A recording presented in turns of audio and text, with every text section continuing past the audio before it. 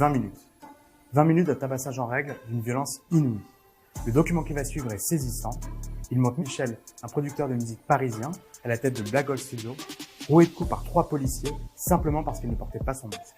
Les agents, accusés d'avoir tenu de nombreux propos racistes, s'en sont également pris à 9 jeunes artistes, eux aussi présents dans les studios d'enregistrement.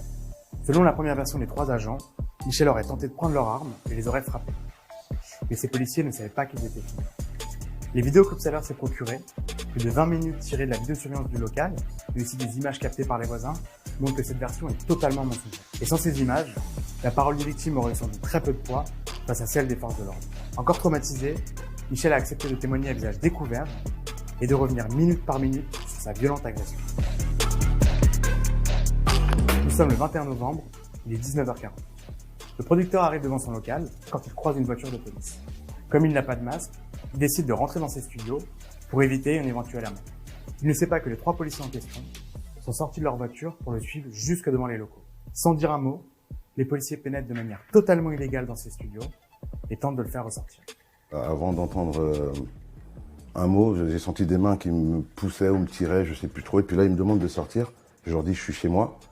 Ils sont directs, assez virulents. Et moi, à ce moment-là, j'ai peur. Là. Je me demande ce qui se passe. Je comprends pas ce qui se passe. Il y a des gens qui passent, j'essaie d'interpeller tout le monde. À l'aide, je crie à l'aide, qu'est-ce qui se passe? Franchement, ça va tellement vite. Je me demande même si c'est des vrais policiers à ce moment-là. Je ne sais pas si c'est des vrais policiers. Celui qui m'attrape derrière, il est en civil. Il est virulent tout de suite. Là, il ferme la porte. Il me tabasse, voilà, il me tabasse là. Pendant 5 minutes et 12 secondes en effet, les policiers du 17e arrondissement infligent plus d'une vingtaine de coups de poing et une dizaine de coups de pied à la victime. Michel reçoit aussi plus d'une quinzaine de coups de matraque, principalement au niveau de son visage et de son crâne. Les policiers lui donnent aussi des coups de genoux dans la tête et l'étranglent à plusieurs reprises. Vu la violence et puis tous les coups que je me prenais, je me dis, si je tombe par terre, je vais rester par terre et je ne vais pas me relever. Je ne voulais pas avoir de gestes virulents qui allaient jouer contre moi par la suite. C'est-à-dire que j'étais complètement conscient de ça. Complètement, tout le temps là. Il ne fallait pas que je lève les mains, que je fasse quelque chose qui pourrait s'apparenter à être quelque chose de violent.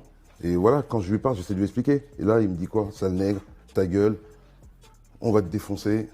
Ils disent quoi comme insulte exactement? J'ai beaucoup entendu le sale nègre. J'ai beaucoup entendu le sale nègre. Et là, c'est des coups de matraque hein, que je me prends comme ça.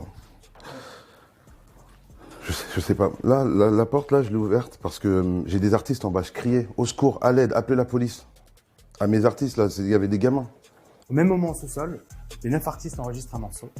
Après de longues minutes, ils entendent les hurlements de leur producteur et décident de monter les escaliers vers le sas d'entrée pour lui venir en aide. On savait pas ce qui se passait en fait. On voulait savoir, mais la porte était bloquée. Mais on a réussi à ouvrir la porte un peu et on a vu que c'était des policiers qui frappaient Michel. Et Michel criait aussi, il disait à l'aide. Ah, ouvrez wesh! Ah, ouvrez wesh! À force de pousser, ils sont lâchés et ils ont pris peur. Ils sont sortis aussi et ils ont libéré Michel. On a fermé la porte du studio. Là, il y a des gamins, il y en a un qui a 16 ans dedans. Il me demande qu'est-ce qui se passe, je dis j'en sais rien. Je sais pas ce qui se passe. Je suis en sang, Finalement repoussés à l'extérieur, les policiers tentent à nouveau de rentrer dans les locaux en essayant de défoncer la porte et de briser la vitrine à coups de matraque.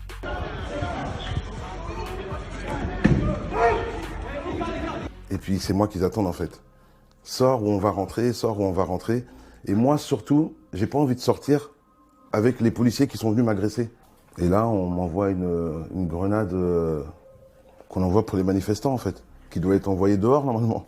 On est en intérieur, tout est fermé. À ce moment-là, moi, j'ai peur. Je me dis, c'est mon dernier jour, peut-être, aujourd'hui. Voilà ce que je me dis. C'est mon dernier jour, je ne sais pas pourquoi. Les 3 agents, qui ont appelé des renforts, dégainent leurs armes et exigent que Michel sorte des locaux.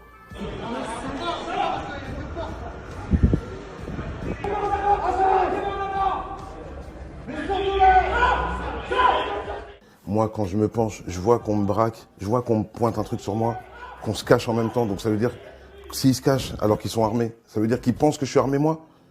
J'ai mon téléphone dans mes mains, je le montre comme ça devant. C'est mon téléphone qui est dans les mains. Voilà, c'est là qu'ils m'ont sorti et je m'en prends plein. Franchement, honnêtement, je m'en prends plein en fait là.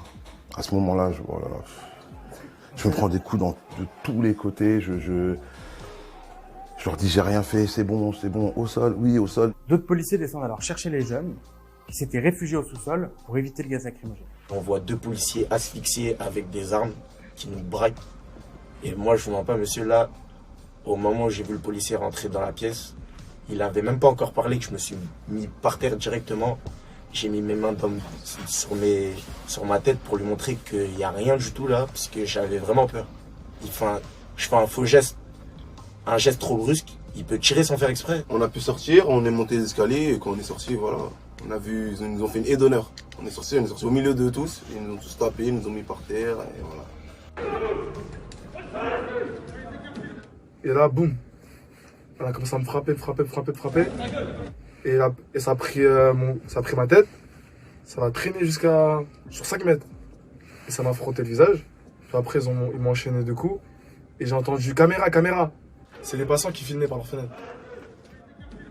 C'est quoi ce bordel? Et dès que j'ai entendu le policier dire caméra, on est filmé, ils ont arrêté de nous frapper. On sait pas en fait, on sait pas ce qui s'est passé, on sait pas la raison de leur venue. Et même eux, je pense, ne sauront pas dire pourquoi ils sont venus. Donc ça procure une sensation de dégoût, de haine. Une fois au commissariat, les policiers accusent Michel d'outrage et de rébellion, mais aussi d'avoir voulu subtiliser leurs armes. Ils le placent en garde à vue. Les 9 autres victimes sont immédiatement relâchées après une simple prise d'identité. Et alors qu'un mineur faisait partie du groupe, ses parents n'ont pas été contactés.